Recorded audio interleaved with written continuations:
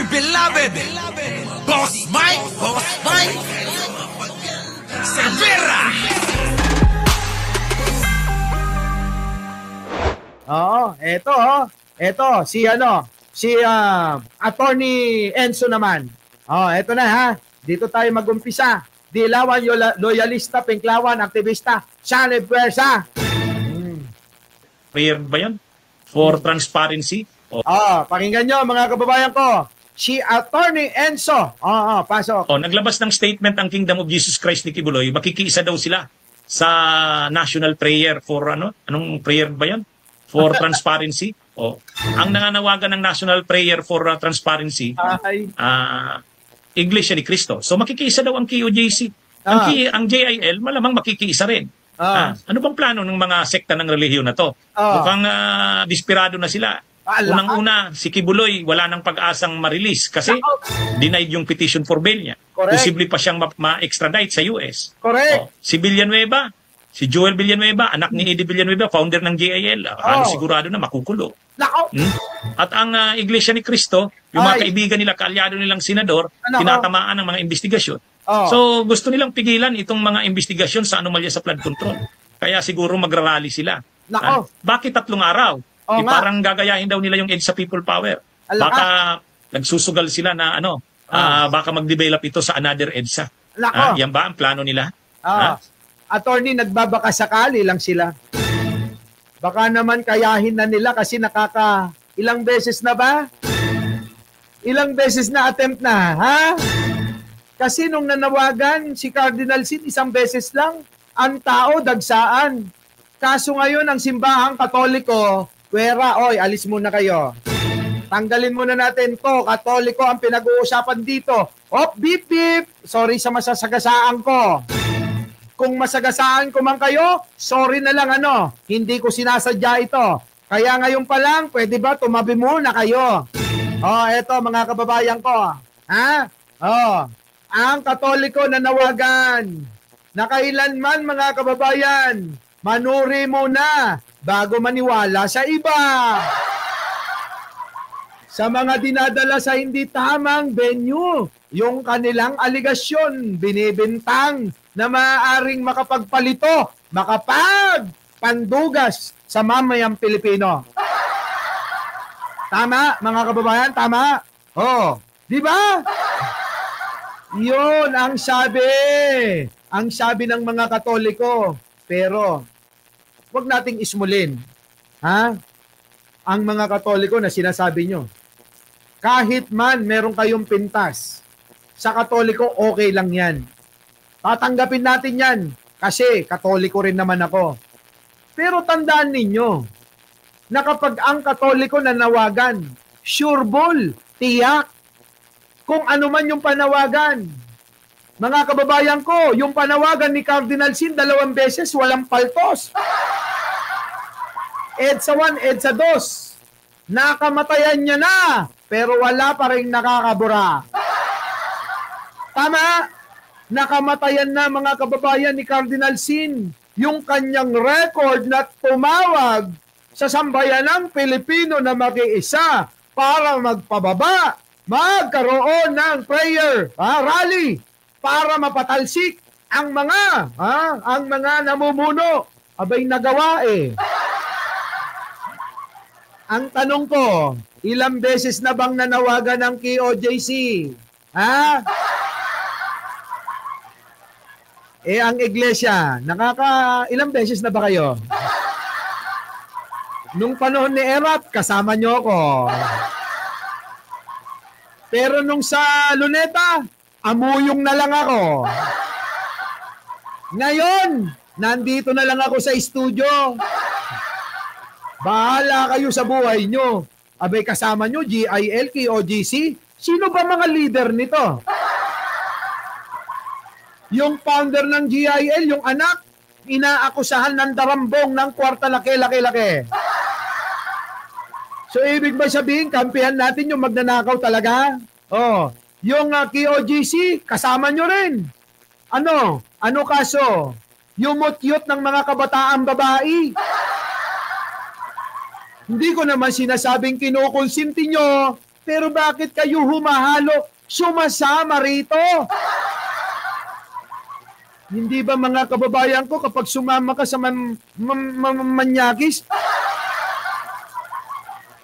magiging manyakis ka, sabi sa mga kababayan memes, kapag sumama ka sa 4 na manyakis, ikaw ang pang-5. Oh, di ba? Tama.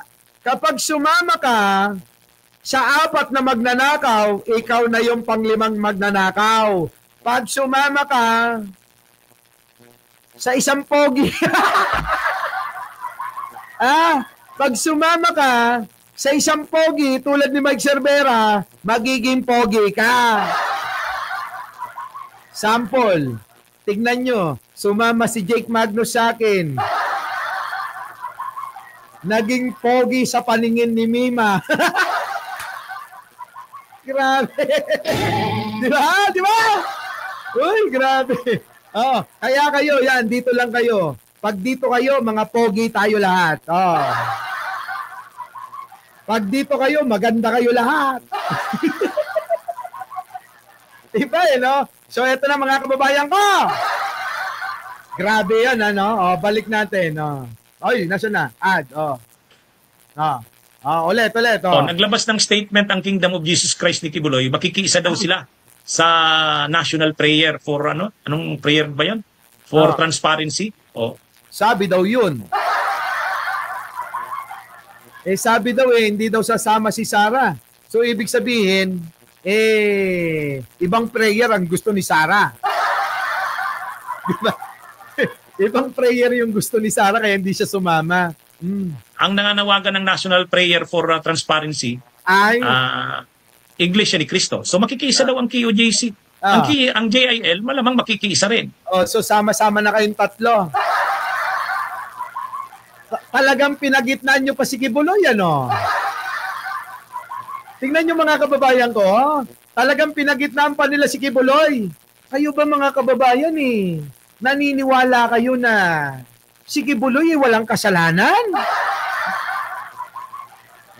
Kayo ba mga kababayan ko, naniniwala kayo na si Kibuloy hindi nanggahasa ng mga minor de edad na kababaihan? Gamit-gamit ang matalinghagang salita. Nandyan na si Anino, lagot kayo. Gamit-gamit ang matalinghagang salita, maangkin ka lamang. Sabi nga ni Kibuloy, kapag niyut-yut kita. Oo. Boss Mike, hindi na uso yung yut-yut. Oo. Ulitin mo. Sabi ni Kibuloy, gamit-gamit ang matalinghagang salita, kapag binengbang kita, parang binengbang ka rin ng ating Panginoon. Nako! Mahiwagang salita ni Kibuloy yun mahiwagang salita yun, ano?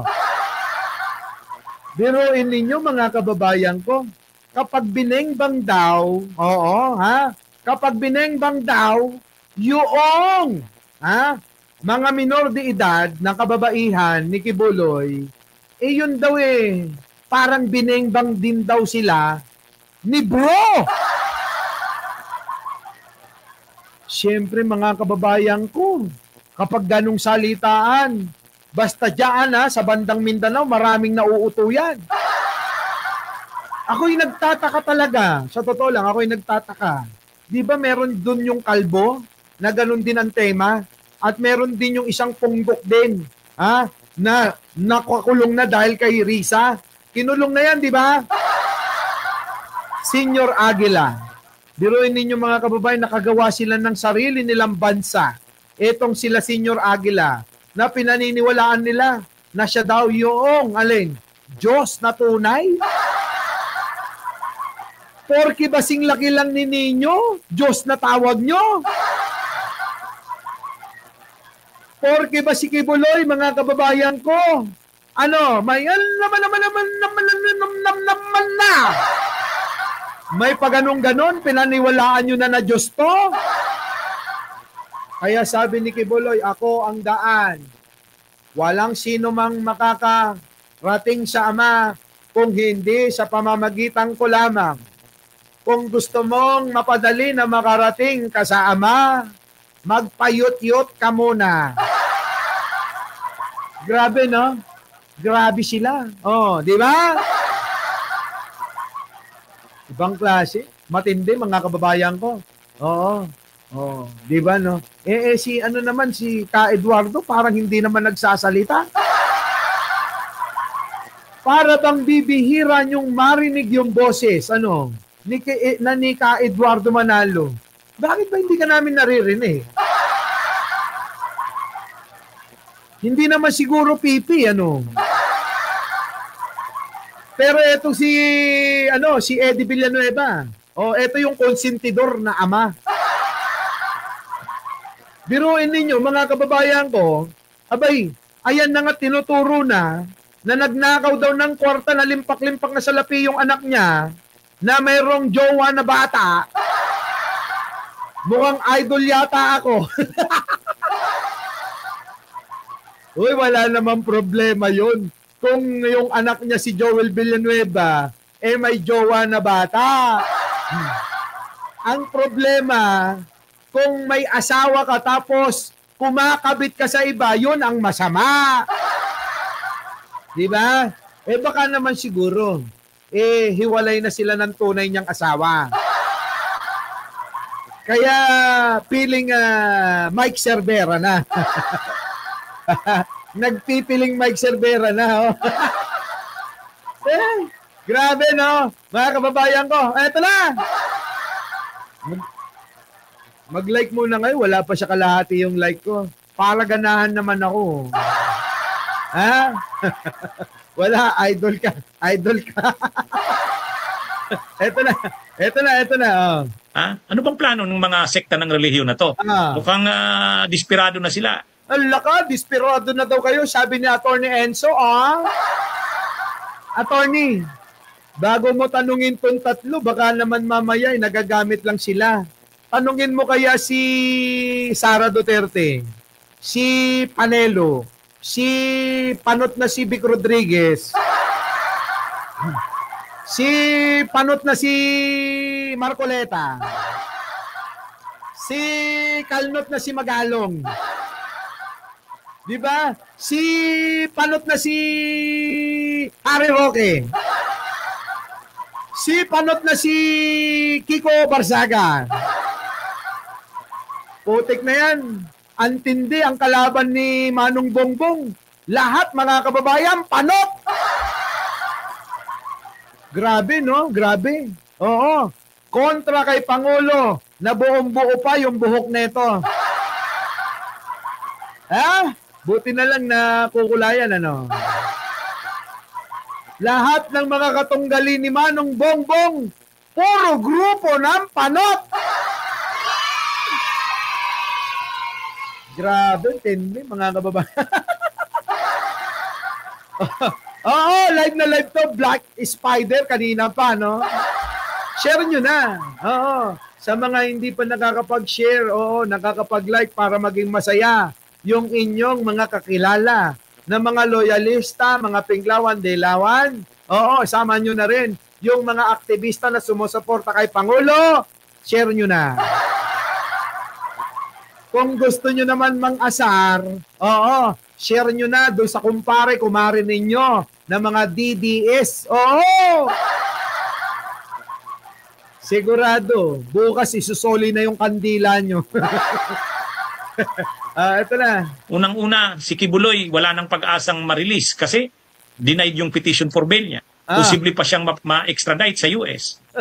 Si Villanueva, si Joel Villanueva, anak ni Eddie Villanueva, founder ng JIL, halos sigurado na makukulong. Ala ka, makukulong na nga kasi sinabi na ni Pangulo.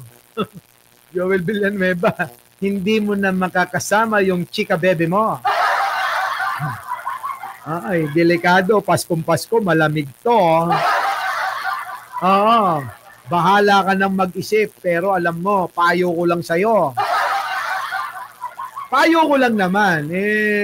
Kung susundin lang naman ni Joel Villanueva, no, bago ka makulong, hiwalayan mo muna. bawiin mo muna yung mga binigay mo daw na mga kotse, negosyo, mga alahas, mga Hermes, LV, Gucci, Christian Dior. Ay, nako! Lahat yan, bawiin mo muna para hindi masakit sa dibdib. Kasi ang hirap, alam mo na, ang hirap pagka nawala ka, baka ipagpalit ka. Siyempre, bata, mahilig pa yan sa mga party dito, party doon. Tignan mo si Heart Evangelista. Di ba? Sabi nga ni Maharlika, nagpabengbang daw sa cameraman niya. Chismosa talaga to eh. Chismosa tong si Maharlika, Safe tayo, safe. Di ba? Paano na?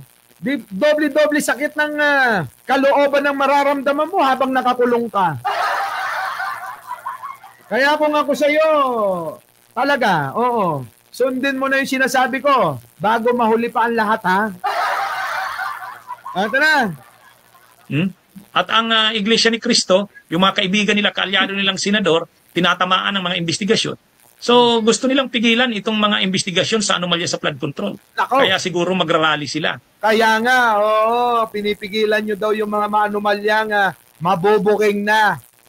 Na mga pasimono, mga nagnakaw, mga kakutsaba na mga kaibigan nyo, kaalyado nyo, kaya kayo nagkakaganyan. Siyempre, sabi ko nga mga kababayan ko, siyempre, unahin natin ang bandang kanan. Sa screen, si Eddie Villanueva, kita nyo naman, yung anak niya nasasangkot dyan. Siyempre, gagamitin yung membro nila. Hindi naman lahat ng membro nila mga tatanga-tanga. Kasi kung lahat ng membro nila nandun na sana. Di ba? Pero eto si Kibuloy, sabi naman nito 8 million ang membro ko. 8 million plus sabi Tapos mga kababayan, naghahanap tayo ng mga taga KOJC. Yung mga taga SMNI lang, yung nando doon, nasa ilalim pa ng footbridge. Siyempre, iba naman ang kautusan ng Iglesia ni Cristo. Kaya tignan nyo, medyo organisado. Nagdala ng tent, nagdala ng mga pagkain, may pa-deliver ng McDo, ang dami-dami. Kitang-kita yan mga kababayan, di ba? May pa-McDo pa yung mga kapatiran ng Iglesia ni Cristo dyan. Siyempre, alam nyo na. Hindi naman natin masisisi kasi si Marcoleta, mga kababayan, nanganganib din na mawala sa pagiging senador. Kasi pasensya na kayo, si Marcoleta, tao lang, panot pa. Sorry, mali, Boss Mike, mali! Anong tama? Sinungaling. Ulitin ko raw, sabi ni Anino. Pasensya na kayo kay Marcoleta. Tao lang, panot pa. Ano ba yun? Mali nga, Boss Mike. Mali. Ulitin mo. Sumasakit ng dibdib ko, walang yaka, Anino. Pasensya na kayo kay Marcoleta. Tao lang. Panot pa, sinungaling pa. Yeah. Okay na. Okay na.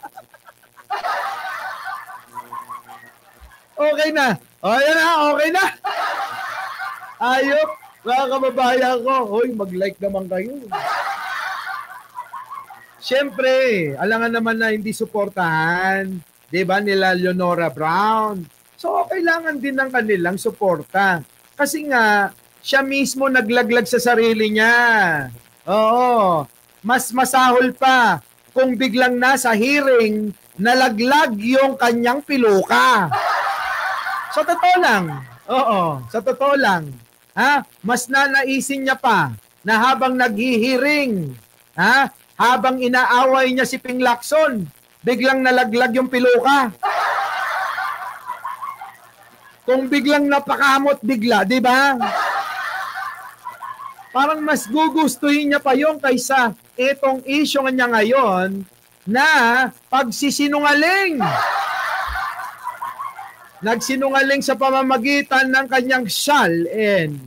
Nung binusisi yung kanyang sose, ayun, lumabas, 100 milyon ang ginastos. Mas malaki pa yung ginastos niya kaysa sa salin niya. Ang tanong ng taong bayan, Marcoleta, paano nangyari yan? Ang sagot niya, ayaw kasi alam ng aking mga donors yung kanilang mga pangalan. Dapat sinabi mo yan. Ang press release mo sa iyong sose, nilagay mo doon, sarili mong pera lang yan. So, ibig sabihin, nagsinungaling ka. So, madadaragdagan na. Kaya, sabi ni Marcoleta, pasensya na kayo. Dahil nadagdagan yung sinabi ni Mike Cervera na sinungaling ako, pasensya na kayo. Tao lang. Panot pa. Sinungaling pa. Yun. Bakit 3 araw? Parang gagayahin daw nila yung EDSA People Power. Baka nagsusugal sila na baka mag-develop ito sa another EDSA. Nagbabakasakali na lang sila. Nakakala nila makakabuo sila ng katulad ng panawagan ng isang kardinal. Pero ngayon mga kababayan ko, kinontra na yan ng simbahan ng Katoliko. Diba? Hindi natin pinag-aaway ang mga relihiyon dito. Bakit? Yan na nga, nag-join force pa yung 3. Diba? Diba? Baka sabihin nila, ikaw, Boss Mike, pinag-aaway. Hindi. Never akong nagpaaway ng mga relihiyon. Kasi may kanya-kanyang mga, paniniwala yan. Sabi ko nga sa inyo, ang aking mga kaibigan, mga Iglesia ni Cristo. Mga Muslim, mga GIL. Yung mga GIL, wala na, umalis na lahat Nag-iba na sila ng simbahan. Hindi na sila GIL, dati GIL Merong mga Christian, ganyan, yung mga pastor na kaibigan ko. Tulad ni Sangkay, pastor yun, kaibigan natin. Di ba? So mga kababayan, hindi natin issue yung pag-aaway-away ng relihiyon, Tayo'y rumirespeto sa bawat paniniwala ng kahit na sinong mga sekta o relihiyon na kinakaaniban nyo. Nire-respeto natin yan, mga kababayan. Oo. Pero, yung sasabihin na pinag-aaway-away ko, mali ho yan. Oo. Never kong gagawin yan. Diba? Our beloved Boss Mike Cervera.